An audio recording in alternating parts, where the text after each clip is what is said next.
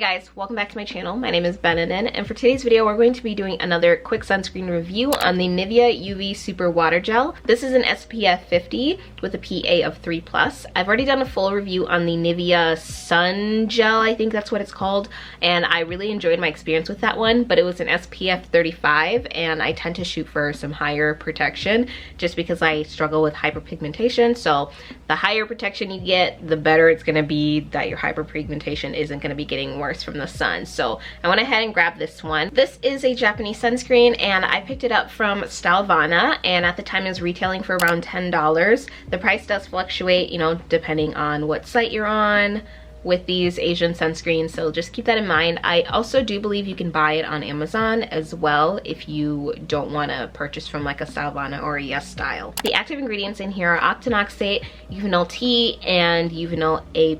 Let me show you guys what the finish of it looks like. So I'll put it on this hand where I don't have any products on. As you guys will see, it's just a very thin gel, and then when you rub it in, it pretty much becomes like water. It feels like a very lightweight water-based serum. As you guys will see, there is no cast to this one whatsoever, and I'd say the finish is like a natural finish. It doesn't really have much of a fragrance to it. It slightly smells like alcohol a little bit, but that smell pretty much disappears by the time it dries down. So as always, I tested this one out with a moisturizer and on bare skin. I also tested it out underneath makeup, and this time I put it on top of makeup for those of you who like to reapply sunscreen over makeup. So day one I wore it with a moisturizer, and with a moisturizer it does leave an ever so slight residue, so it doesn't completely vanish, but it doesn't leave it feeling like sticky or heavy or anything, and it does blend in very quickly, and it just feels really nice on the skin. I feel like this is the best way to wear this sunscreen because it's not very moisturizing on its own. It is very hydrating, which is awesome, but I also need moisture underneath, so putting a moisturizer underneath really helped to, you know, make sure my face is moisturized enough, and then put this one on top, and I feel like it just balances everything out. If you're someone that likes to layer your product, it's a great one to put all of your hydrating moisturizing ingredients on, especially going into the winter, and then end with a very thin and light sunscreen on top. So I did use a moisturizer, so keep in mind that that's the moisturizer. It's giving me a bit of a glow, and then I put the sunscreen on top of it, and this is what it looks like after 2 hours. I am looking a little bit shiny in my T-zones. I do have oily skin.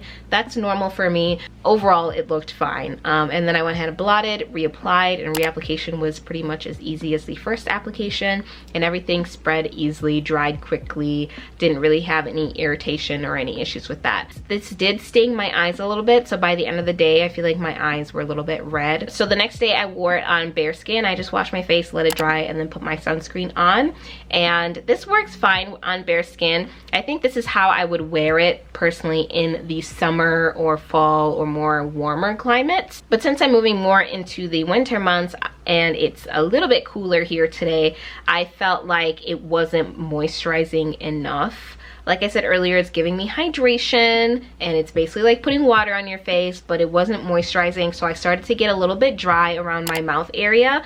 My T-zones where I'm more oily, that was perfect, that was fine, but around my jawline, around my mouth where I get a little bit more dry in the winter months, I just feel like it wasn't enough there. So after 2 hours coming back, my natural oils are going to be showing through on my T-zones and such, but everywhere else looks fine and I don't look too shiny. And then I wore this one with makeup, and I think if you have oily skin and you wear makeup, this would be a great option to wear if it's on its own, because it's so lightweight, and it just doesn't feel heavy at all with other products on top of it.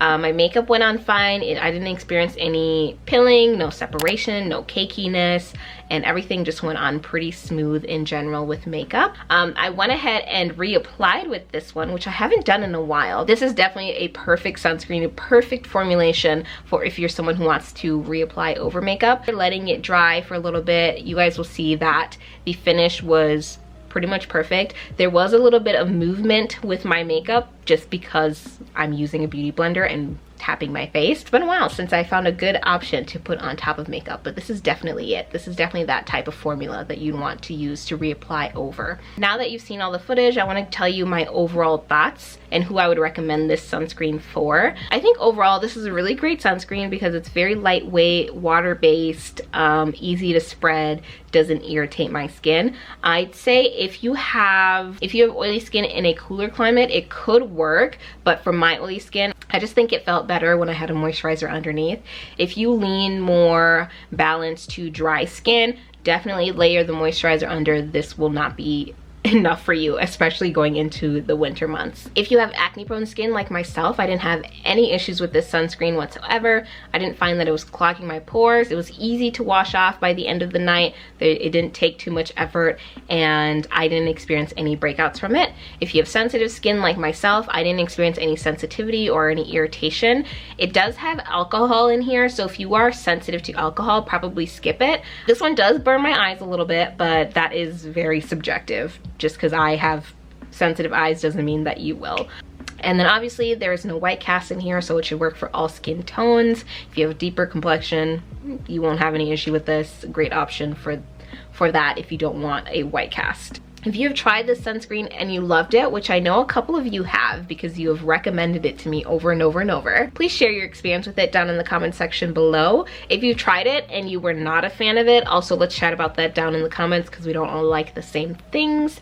And as always, don't forget to leave your sunscreen recommendations or your skincare recommendations in general. And that'll be all for today's video. I'll see you guys all in the next one. Bye!